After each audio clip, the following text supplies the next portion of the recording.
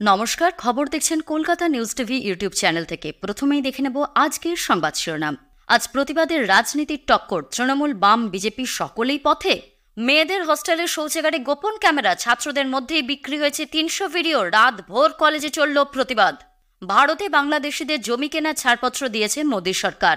আরজিকর কাণ্ডে তোলপাড়ের মধ্যেই আদিবাসী নাবালিকা ছাত্রীকে ধর্ষণের অভিযোগ মালদায়। সরকারের হয়ে সোশ্যাল মিডিয়ায় প্রচার করলেই মাসে 8 লাখ ভাতা, বড় ঘোষণা। শুভেন্দু জেলায় 93 জন চিকিৎসককে শোকজ করল স্বাস্থ্য দপ্তর। 48 জন প্রার্থী, প্রত্যেককে 75 লক্ষ টাকা। লোকসভা ভোটে কত খরচ করেছে টিএমসি, জানুন বিস্তারিত।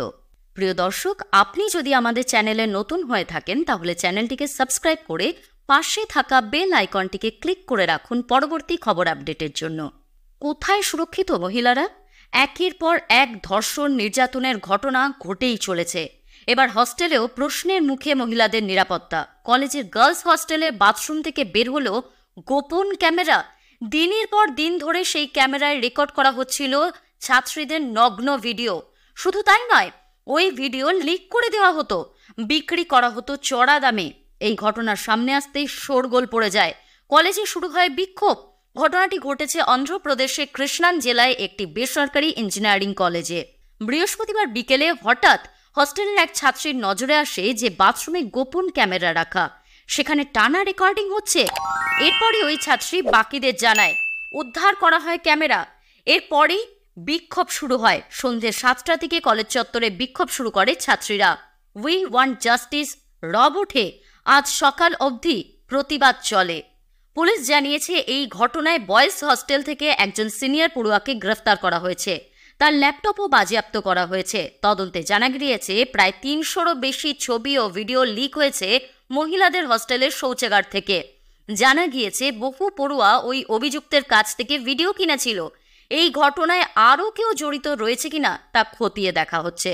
গোপনভাবে ভিডিও রেকর্ড করা এবং সেই ছবি ভিডিও বিক্রি করার ঘটনার সামনে আসতেই ছাত্রীরা কান্নায় ভেঙে পড়ে। কিভাবে হস্টেলের বাথরুমে ক্যামেরা এলো এবং সেই ফুটেজ বাকি ছাত্রীদের মধ্যে বিক্রি করা হলো তা নিয়ে প্রশ্ন তোলেন প্রতিবাদী ছাত্রীরা। কলেজ কর্তৃপক্ষকেও প্রশ্নের মুখে পড়তে হয়।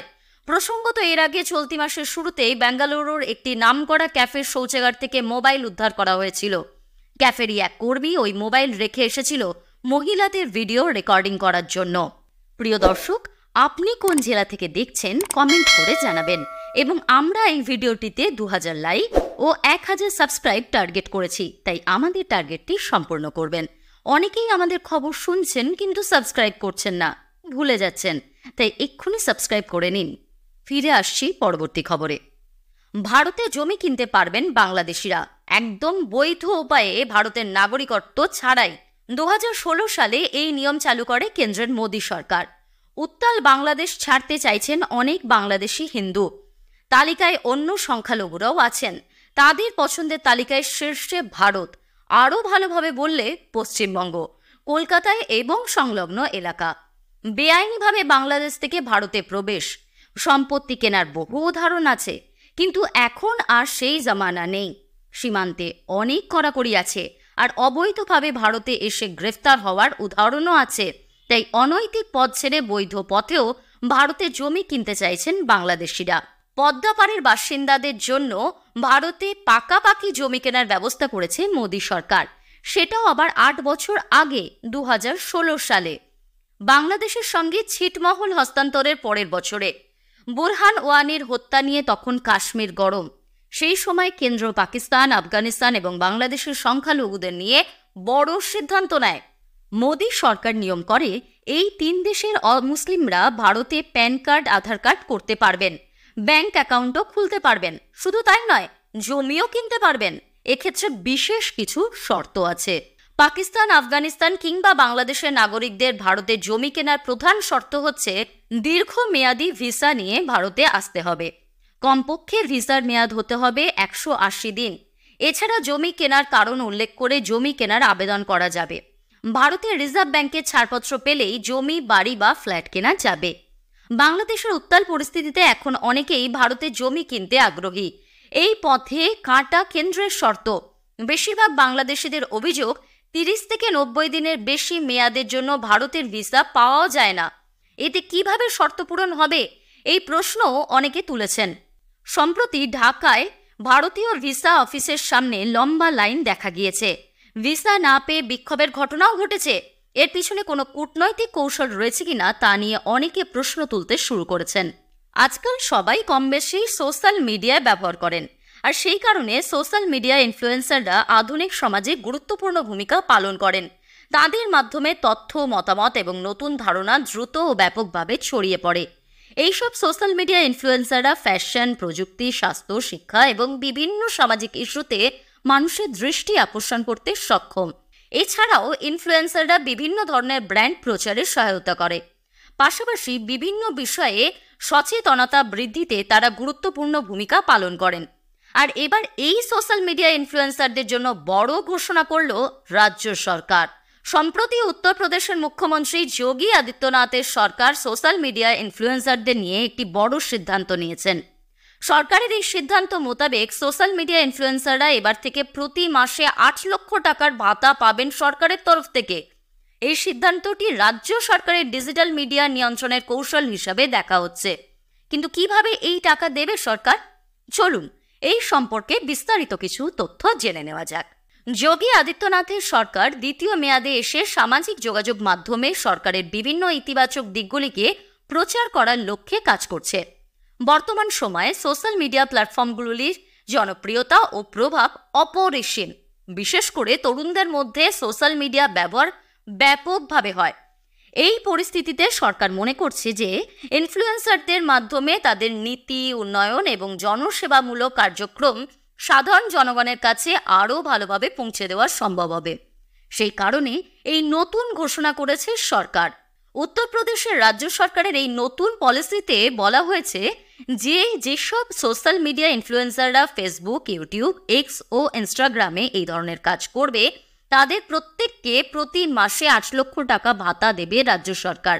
তবে এক্ষেত্রে ভাতার পরিমাণ নির্ভর করবে ওই ইনফ্লুয়েন্সারের followers, subscriber, video view, like, comment ও শেয়ারের উপর।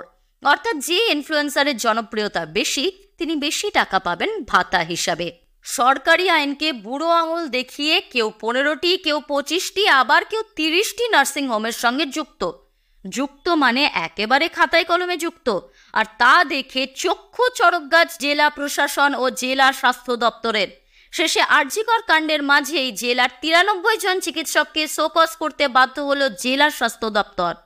আর এই ঘটনা ঘটেছে রাজ্যের বিরোধী দলনেতা শুভেন্দু অধিকারীর জেলা পূর্ব মেদিনীপুরে। এই ঘটনার জেরে শোকজের নোটিশ পাওয়া চিকিৎসকদের দাবি, আরজিকর ইস্যুতে পথে নামার জন্য প্রতিশোধ নিতে গণহারে শোকজ করা হয়েছে। যদিও জেলা স্বাস্থ্য দপ্তরের দাবি এই ঘটনার সঙ্গে আরজিকর কাণ্ডের কোনো যোগই নেই। এর প্রমাণ হিসাবে তুলে ধরেছেন তারা স্বাস্থ্যসাথী দুটো ভুয়ো বিল। তাদের দাবি, একজন চিকিৎসক 70 কিলোমিটারের ব্যবধানে 2 জায়গায় 2টি নার্সিংহোমে একসঙ্গে অপারেশন করছেন বলে দেখানো হয়েছে। একই সময়ে এটা কিভাবে সম্ভব? জানা গিয়েছে পূর্ব মেদিনীপুর জেলার যে 93 জন চিকিৎসককে শোকজ করা হয়েছে জেলা স্বাস্থ্য দপ্তরের তরফে, তাদের তালিকায় তমলুক শহরের নামী চিকিৎসকরাও আছেন। এদের সকলের বিরুদ্ধে অভিযোগ যে এরা ক্লিনিক্যাল এস্টাবলিশমেন্ট অ্যাক্ট মেনে চলছেন না। এরা যে নিয়ম মেনে চলছেন না সেটার প্রমাণ মিলেছে ক্লিনিক্যাল এস্টাবলিশমেন্ট অ্যাক্ট পোর্টালে। দাবি জেলা স্বাস্থ্য দপ্তরের আধিকারিকদের। আর সেই সূত্রে জেলার 70টি নার্সিংহোমকেও নোটিশ পাঠানো হয়েছে। জেলা স্বাস্থ্য দপ্তরের দাবি, এই অনিয়ম দীর্ঘদিন ধরে চলছে। চিকিৎসা পরিষেবার নামে একচেটিয়াভাবে নার্সিংহোমগুলি মানুষের জীবন নিয়ে খেলা করছে। বেশ কিছু প্রভাবশালী রাজনৈতিক নেতা এইসব নার্সিংহোমের মাথা। তাই এই অনিয়ম বছরের পর বছর ধরে হলেও মৌচাকের ঢিল মারার কাজটা হয়নি। দেখা যাচ্ছে এক একজন চিকিৎসক 1টি, 2টি বা 3টি নয়, কেউ 10টি, কেউ 15টি, কেউ 20টি, কেউ বা 30টি পর্যন্ত নার্সিংহোমের সঙ্গে যুক্ত। একই সঙ্গে সামনে এসেছে স্বাস্থ্যসাথী বিলে অনিয়মের ঘটনা, যা দেখে জেলা শাসক পূর্ণেন্দু মাঝি স্বাস্থ্যসাথী বিল অনুমোদন করার ক্ষেত্রে জেলা স্বাস্থ্য দপ্তরকে তদন্ত করে ব্যবস্থা নিতে নির্দেশ দেন। তারপরই ক্লিনিক্যাল এস্টাবলিশমেন্ট অ্যাক্ট ভাঙার অভিযোগে একযোগে 93 জন চিকিৎসককে চিঠি দিয়ে ব্যাখ্যা তলব করা হয়। লোকসভা নির্বাচনে দলের 48 জন প্রার্থীকে 75 লক্ষ করে টাকা দিয়েছিল তৃণমূল। ওই প্রার্থীদের তালিকায় রয়েছেন অভিষেক বন্দ্যোপাধ্যায়, মহুয়া মৈত্র, শত্রুঘ্ন সিনহারা। ভোটে প্রতিদ্বন্দ্বিতার জন্য প্রার্থীদের অর্থ প্রদানে দলে খরচ হয়েছে মোট 3,60,00,000 টাকা।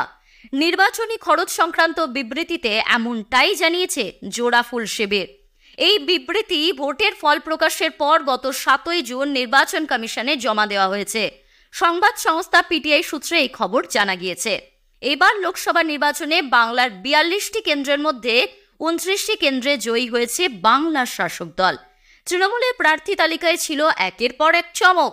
লোকসভা নির্বাচনে প্রথমবার জোড়াফুল প্রতীকে লড়ে জয়ী হয়েছেন অভিনেত্রী রচনা বন্দ্যোপাধ্যায়, সায়নী ঘোষ, ক্রিকেটার ইউসুফ পাঠানের মতো তারকারা। ডায়মন্ড হারবার লোকসভা কেন্দ্রে রেকর্ড ব্যবধানে জয়ী হয়েছেন অভিষেক বন্দ্যোপাধ্যায়। বাংলার পাশাপাশি আসাম, মেঘালয়েও প্রচুর প্রার্থী দিয়েছিল তৃণমূল। অন্যদিকে বাংলায় এবার লোকসভা নির্বাচনে ধরাশায়ী হয়েছে বিজেপি। মাত্র 12টি আসন দখল করতে পেরেছে পদ্ম শিবির। একটি আসন পেয়েছে কংগ্রেস। খালি হাতে ফিরতে হয়েছে বামেদের। তৃণমূলের পাশাপাশি দিল্লির শাসক দল আম আদমি পার্টি বা আপেরও নির্বাচনী খরচ সংক্রান্ত তথ্য প্রকাশ্যে এসেছে। দলে 3 জন প্রার্থীকে 60 লক্ষ করে টাকা দিয়েছিল আপ। ওই 3 প্রার্থীর মধ্যে 2 জন দিল্লির এবং 1 জন গুজরাটের। দলের সভাপতি আসাদউদ্দিন ওয়াইসিকে মোট 53 লক্ষ টাকা দিয়েছিল এআইএমআইএম। 2022 সালে নির্বাচন কমিশনের সুপারিশ মেনে প্রার্থীদের জন্য নির্বাচনী খরচের সীমা বাড়ানো হয়। লোকসভা নির্বাচনে এই খরচের সীমা 70 লক্ষ টাকা থেকে বাড়িয়ে 95 লক্ষ টাকা করা হয়েছে। বিধানসভা নির্বাচনে এই খরচের সীমা 28 লক্ষ টাকা থেকে বাড়িয়ে 40 লক্ষ টাকা করা হয়েছে। আবহাওয়া নিয়ে বড় খবর দিল আবহাওয়া দপ্তর। আজ শুক্রবার দুপুরের পর থেকে ফের আবহাওয়ার পরিবর্তন হবে। আগামী শনি ও রবিবার ভারী বৃষ্টি চলবে জেলায় জেলায়। আবহাওয়া দপ্তরের রিপোর্ট জানাচ্ছে গভীর নিম্নচাপ ইতিমধ্যেই অতি গভীর নিম্নচাপে পরিণত হয়েছে। সেই নিম্নচাপের প্রভাবেই বাংলায় চলবে বৃষ্টি। বজ্রবিদ্যুৎ সহ হালকা মাঝারি বৃষ্টি 2-1 পশলা চলবে। শনিবার থেকে উল্লেখযোগ্যভাবে বৃষ্টি বাড়বে। শনি ও রবিবার ভারী বৃষ্টির সম্ভাবনা রয়েছে বেশ কয়েকটি জেলায়। ঝাড়গ্রাম, উত্তর ও দক্ষিণ 24 পরগনা, পূর্ব ও পশ্চিম মেদিনীপুরে ভারী বৃষ্টির সম্ভাবনা আছে। উত্তরবঙ্গের উত্তরের জেলাগুলোতে অর্থাৎ পার্বত্য এলাকায় হালকা বৃষ্টির সামান্য সম্ভাবনা থাকবে। বজ্রবিদ্যুৎ সহ বৃষ্টির সম্ভাবনা সব জেলাতেই থাকবে।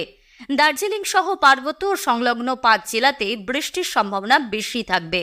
শুক্রবার পর্যন্ত বৃষ্টির সম্ভাবনা কম থাকবে উত্তরবঙ্গে। দার্জিলিং, কালিম্পং, জলপাইগুড়িতে বজ্রবিদ্যুৎ সহ বৃষ্টির সম্ভাবনা বেশি থাকবে। শনিবার ও রবিবার দার্জিলিং, কালিম্পং, আলিপুরদুয়ার, কোচবিহার ও জলপাইগুড়ি এই 5 জেলাতে বিক্ষিপ্তভাবে ভারী বৃষ্টির সম্ভাবনা রয়েছে। এই জেলাগুলির 2-1 জায়গায় 2-1 পশলা ভারী বৃষ্টি হতে পারে।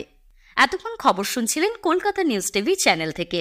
খবর আজকের মতো এই পর্যন্তই। ধন্যবাদ।